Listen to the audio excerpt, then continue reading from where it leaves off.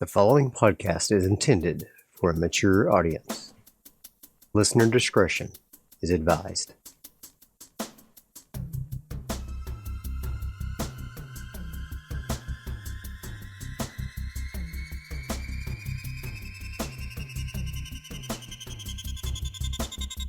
Welcome to Alone in the Realm, a premium solo TTRPG podcast.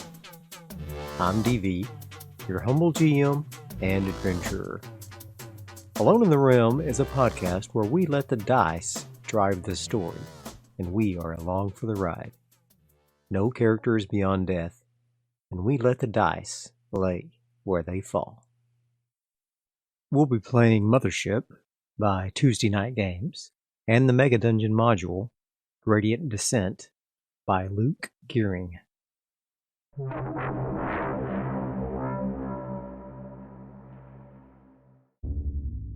Gradient Descent, Episode 14. Here is a reminder of our characters. Denzel McNelly, 11 out of 11 hit points. Benz, 31. Stress, 2. Ada, 14 out of 14 hit points. Stress, 2. Benz, 26. Therese, 17 out of 17 hit points. Stress, 2. Benz, 15. Ollie, 11 out of 11 hit points. Stress, 2. Benz, 10. In the last episode, Denzel and Therese made a short trip to the deep to place the transceiver from Rachel Kilroy into the Floor 1 rec room. There they found some microcassettes. More importantly, they found another diver, Manoj, unconscious in a locker. He claimed he had been put there by his partner who had stolen their artifact. Manoj proceeded to use a hidden brain scanner accidentally. Then they made it safely back to the bell. This is the expected scene. Mythic Adventure Tone. I got Inquire and Important. I think this means that Ada and Therese convinced Denzel to head to Floor 2. They want to meet the Minotaur for their own reasons, but convince him that it could lead to finding the nanotech they're also searching for. The chaos factor is 6, so I'm going to test the scene. I got a 1, an altered scene. I'm going to roll in the altered scene table. Add a new character. Okay, who are we going to add? I'm going to roll on my character list. I got a Forsaken Android. Alright. Mythic. Does Ollie feel well enough to join them? I got a 63 versus a 65. Yes. As we move into the station, I'm going to hand wave that whole process of communicating with Arcady and all of that. We're just going to begin in the station. So I'm going to go ahead and roll for our addition of our bins. I'm going to roll a 1d10 for everyone.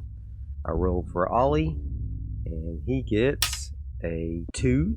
He's now up to 12 bins. Denzel gets a 3. He's up to 34 bins. Ada rolls a 6. She's up to 32 bins. And Therese rolls a 10. She's up to 25 bins. It is now day 10 of our deployment here in the deep. Denzel did not like this, not one bit. He had wanted to accompany Manoj to the 4th floor and the Ackler and see if the wrestler's former partner Sika had an artifact related to nanotechnology. The others convinced him somehow to instead search for Eden on the 2nd floor. So, Arcady had dropped them all off on the visitor's deck, and Manoj had taken the elevator to the 4th floor. Denzel and his team stood in front of the elevator leading to the second floor. Ollie had decided to join them, but he looked like hell. Despite his time in the med pod, the front of his head was raw and pink. His hairline was greatly reduced by the shotgun blast. He had remained largely silent after his treatment. He noticed Denzel looking at him and solemnly nodded. Denzel pressed a button to the elevator and the doors slid open, inviting them to descend somewhere new. Is there an encounter? We rolled a 40. No. The elevator ride was surprisingly long, almost an hour. The interior scale of the deep was truly enormous. They all sat in silence until Ada suddenly gasped. She had pulled a set of wired earbud headphones from her terminal and was listening to the microcassettes Therese had found earlier. Denzel, the recordings on these cassettes are quite concerning. Ada looked highly disturbed. That in itself was enough to make Denzel come to full attention. What is it? He took a step toward her, but everyone was silent and at full interest. Here, listen. She handed the earbuds and player over to Denzel. Now I'll roll for Mythic conversation tables and see what we hear on the cassettes that we found last episode. I got simple and judgmental. He pressed the button with an audible click, but at first he heard nothing except the hiss of the tape playing dead air. Then a breathy voice whispered into a microphone. Denzel, if you are listening to this, you must not trust my nose. He realized with a physical flinch that it was Ada's voice. She sounded greatly concerned. He attempted to steal our artifact, so we knocked him unconscious and stuffed him in a locker in the rec room. Do not trust anything he says. We think he is an infiltrator android. Oh no. The tape stopped with a loud click. What is this, a joke? When did you record this? Denzel snapped at Ada. Her face was stoic, but Therese looked hurt in her place. You should know that I did not, Denzel. Ada replied flatly. What's going on? Therese looked very worried. She placed an arm around Ada's shoulders, who leaned into the embrace. It was odd behavior for Ada. I don't understand then. What is this? Denzel's tone softened. He popped another tape into the player, and it was Ada issuing other warnings against Arcady. The next one, how the Minotaur was evil and sought to destroy humanity. Next, how Ada had discovered the Monarch was the one true God. Ada, make a sanity save.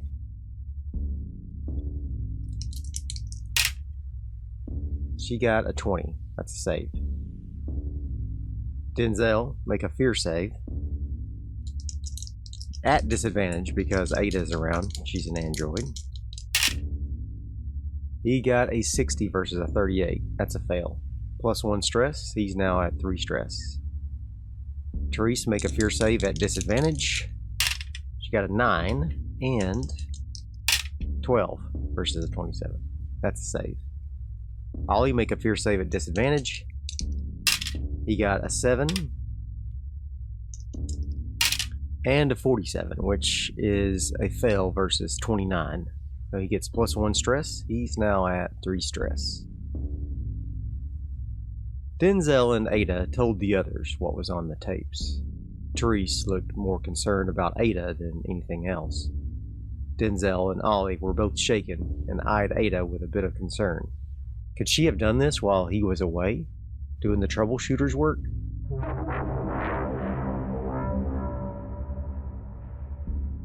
Mythic fate check. Does anyone mention her earlier brain scan? I got a 26 versus a 65, yes. Denzel, Remember when we first arrived, and I discovered Monarch had taken a brain scan of me at some point? Ada attempted to redeem herself. He nodded slowly, already seeing what she was implying. Monarch's messing with us. He trailed off. What else could Monarch do with a brain scan of them? Incredibly concerning.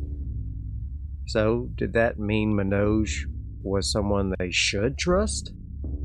Denzel was starting to spiral with all the possibilities when the door to the elevator stopped and the doors opened to floor 2.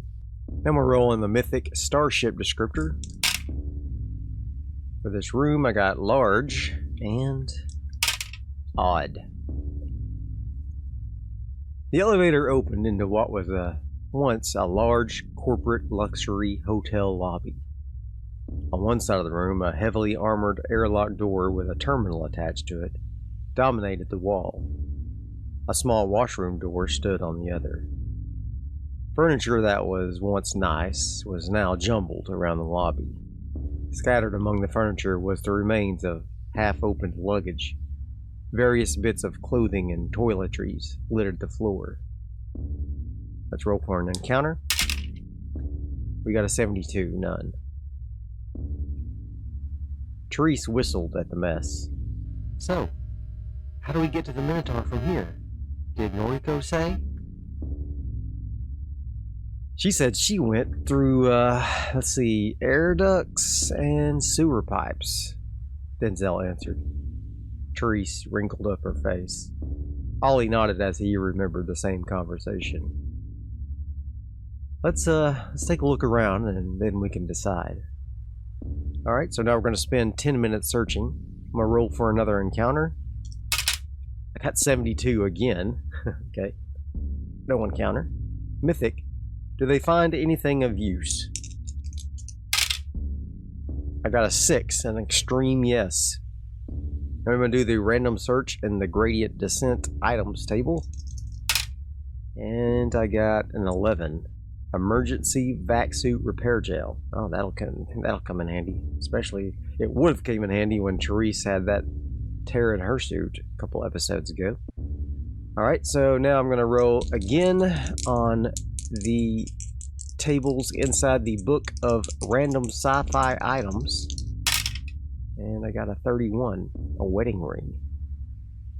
They all spread out and began to rifle through the luggage and the items that was scattered around. They found an unopened tube of emergency vac suit sealant gel. That would have come in handy for Therese when they were fleeing from the security androids a week ago. Denzel found what appeared to be a plain gold wedding band. He rolled it in his palm, thinking of his deceased wife. He decided to pocket it. It might be worth a trade to someone, simple as it was. Now what? Ollie spoke for the first time. He was sitting on one of the couches while the rest of them searched. His head was leaning on the back of the couch and he was staring at the ceiling. Denzel looked at him for a moment before answering. You okay, Ollie? The scientist glanced over at him and said he was. Denzel did not believe he was telling the truth. Ada, go ahead and take a look at that terminal on the airlock door. I'm going to check out this washroom. If Noriko went through sewers, the opening might be in there. Ada walked over to the terminal and began navigating through the menus. Denzel walked to the washroom when a voice came over a loudspeaker at the airlock. Hello there, strangers.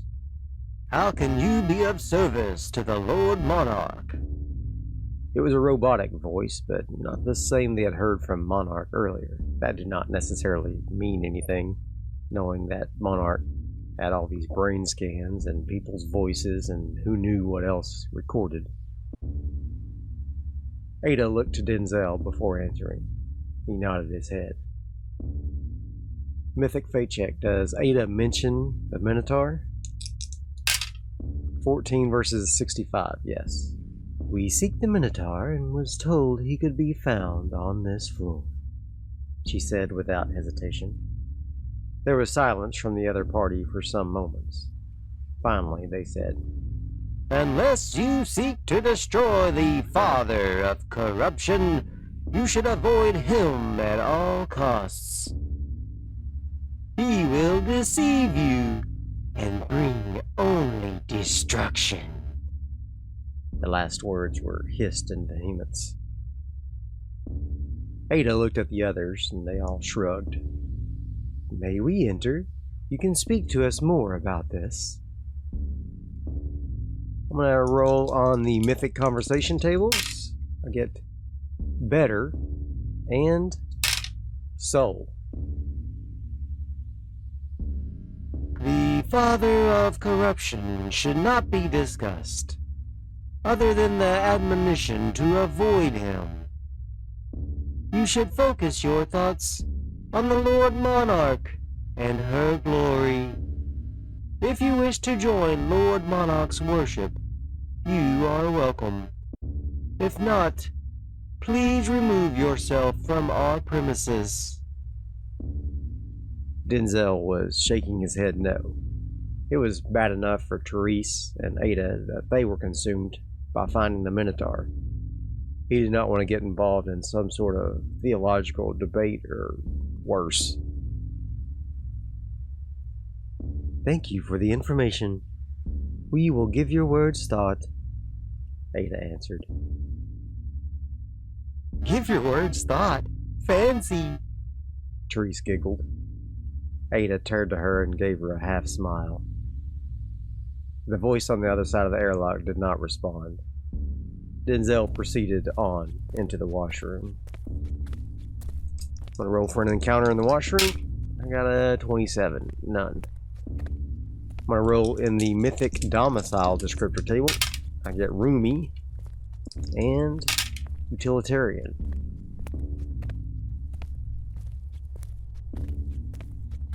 The washroom was deceptively larger inside than he had expected. One wall was lined with individual stalls.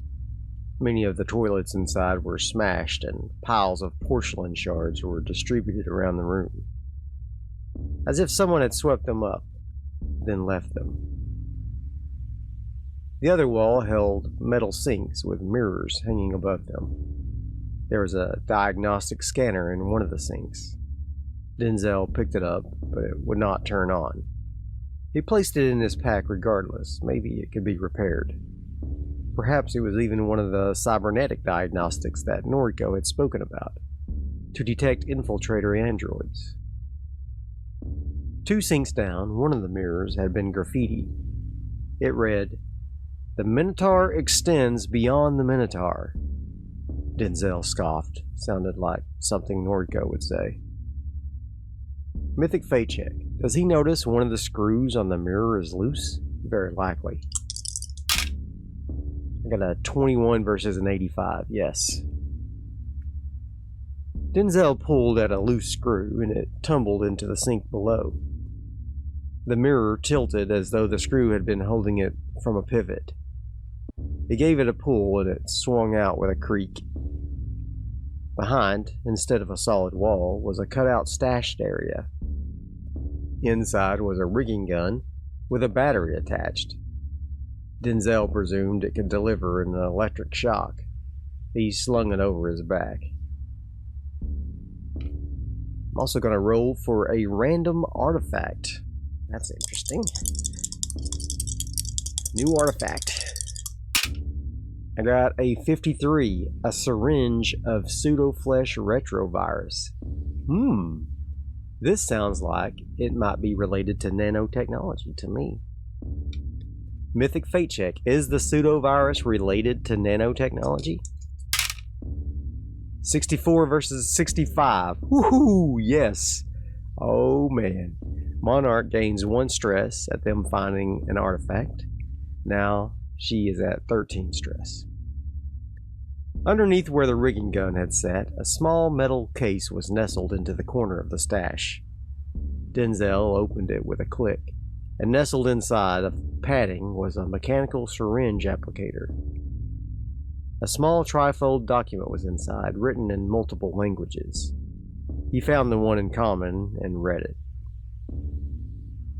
this product still falls within the agreed-upon strictures of experimental application. Use beyond the intended purpose shall not be legally binding on Cloudbank or its subsidiaries. It continued with some other legal jargon. Below were simple instructions. Insert into an android wearing pseudo-flesh skin, and the nanotechnology within will strengthen the individual against injury. A smile broke over Denzel's face. While this was not the nanotechnology they had been sent to retrieve, it was very similar. It was just intended for androids instead of humans. He quickly stashed it into his pack and hurried out to tell the others. Is there another encounter? 9. No. You'll never believe what I found in there, he almost shouted in his excitement. A rigging gun? Ollie noted the gun strapped to Denzel's back. Therese giggled. No, well, yeah, but also, I found a syringe that was labeled that it contained an android version of nanotechnology. Denzel could not stop from grinning. Ada and Therese looked at each other with concern. The smile slipped from Denzel's face. That was not the reaction he had been expecting. But we are still going to try to find the Minotaur, correct, Denzel? Ada spoke up. Denzel was taken aback. This was what they had come here to retrieve. They should be heading back to Hasmos with it as soon as possible. Well, I thought we should go back to Gateway and hand this over to Miss Leisha. Ada nodded in agreement, but she spoke firmly. I do not wish to leave until I have spoken with the Minotaur. I believe he has answers to things I have begun to question. If you wish to leave, I will be staying until I have completed that task. Therese walked over to Ada and clasped her hand. Me too. Denzel looked from one to the other in disbelief. He had thought they would be happy to get the hell out of here. Ollie? The scientist had his eyes closed. He opened them wearily and looked towards Denzel.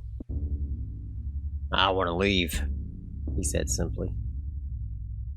Denzel felt very conflicted. They had been sent here to find nanotechnology, and he had just done so.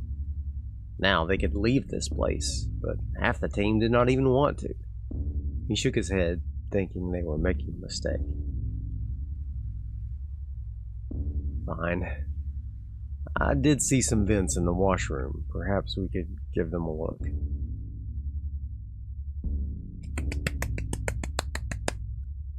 Therese clapped excitedly, and Ada simply nodded.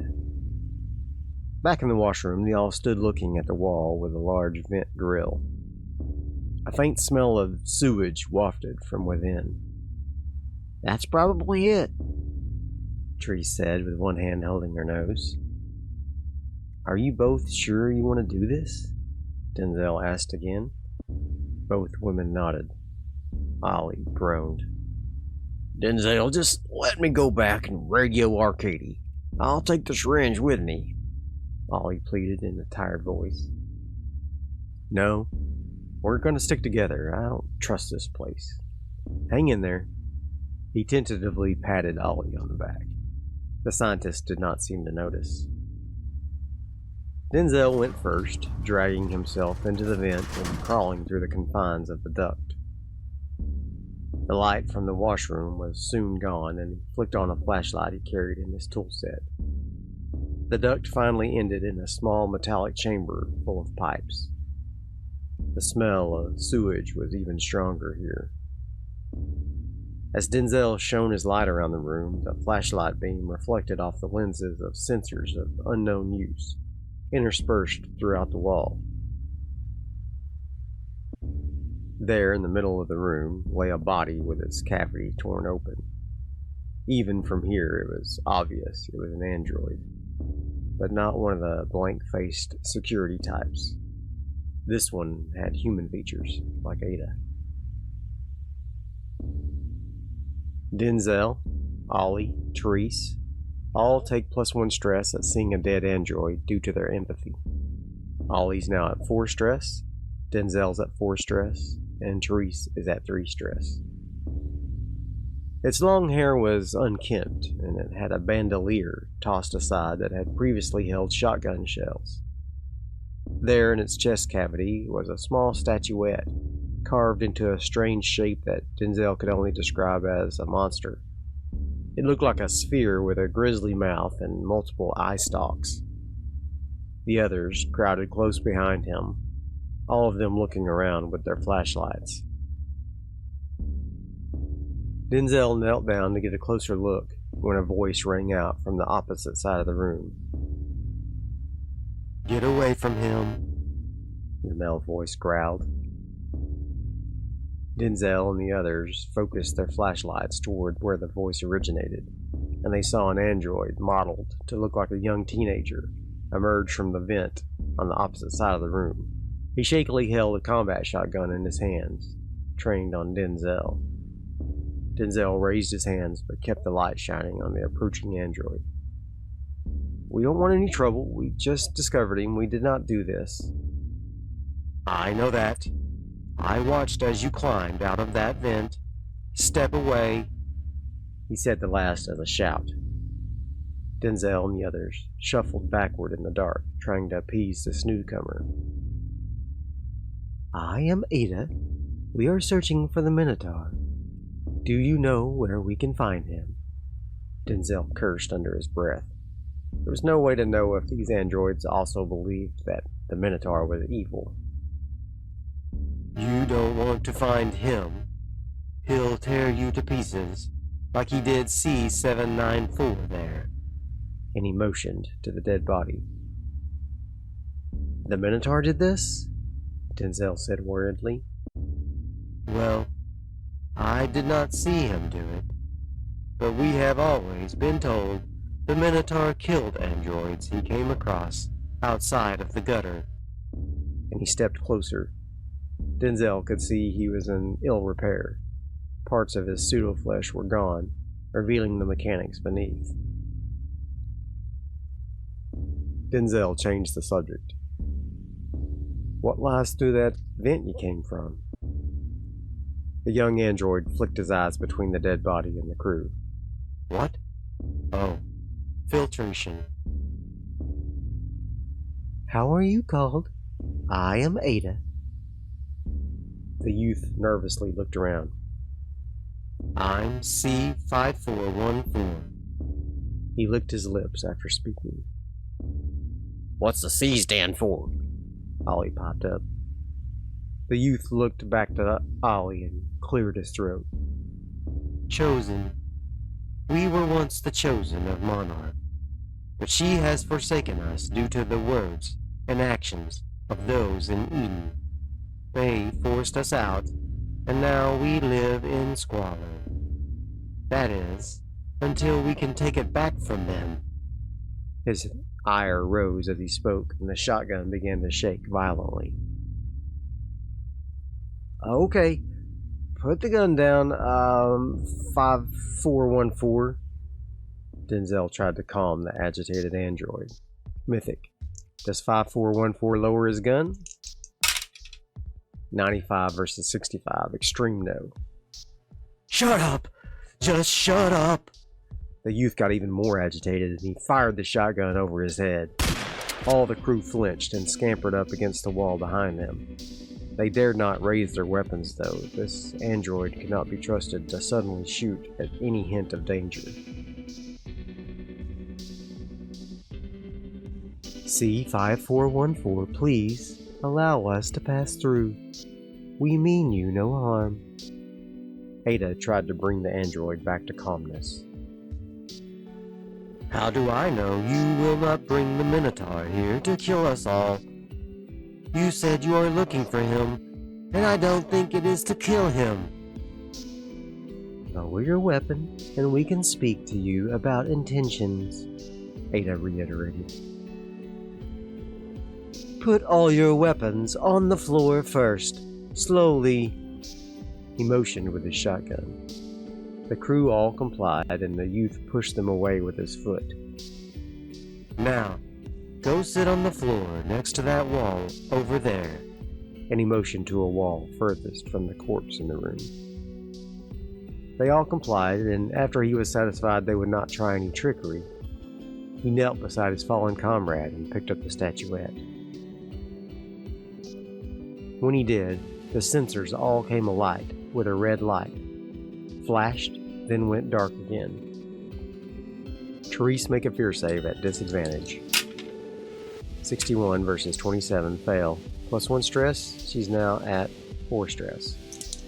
Ada, make a fear save. 25 versus an 81, that's a save. Denzel, make a fear save at disadvantage. A 17 and a 16, that's both versus 38, that's a save.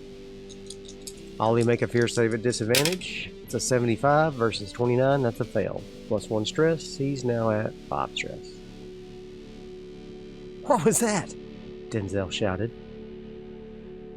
Brain scan. The youth muttered, almost too quietly to hear. The crew all moaned. They had heard Ada and Denzel discuss how she had been scanned. Now they were all in the same predicament. End of scene. The chaos factor is now +1. That brings us up to a 7. I'm going to modify the thread, find and erase Ada's brain scan. I'm going to replace it with edit and erase the crew's brain scans. That's it for this episode. Next time we'll see if we can coax some help, or at least not get hurt by this forgotten android, C5414, and maybe find our way to the Minotaur. See you next time. If you want to help support the show, consider leaving a like and a comment, as that really helps the algorithm. Consider sharing the link on your favorite social media. Hi, I'm John from Tale of the Manticore. Robin from Stories from the First Watch. PJ from A Wasteland Story and the Solo Role Players podcast. Simon from Legend of the Bones. Brian Rideout from Swords Against Madness. Carl from The Lone Adventurer. And I'm Trevor from Your Story Will Be Different. And with our solo role-playing audio, Narrative, Actual play, drama powers combined, we are the Solo Role Players Podcast Network. Usually accustomed to delving the depths, Scouring the desert, surviving the wasteland, or facing the dragon alone. This time, we have teamed up to bring you a curated collection of the best, highest quality, Most dramatic, and diciest solo roleplay podcasts in the world. there are dozens of us. So if you're looking for your next solo role-playing adventure, roll over to soloroleplayersnetwork.com. Sample and subscribe to something that takes your fancy. And discover your new favourite solo role-playing podcast. See you there.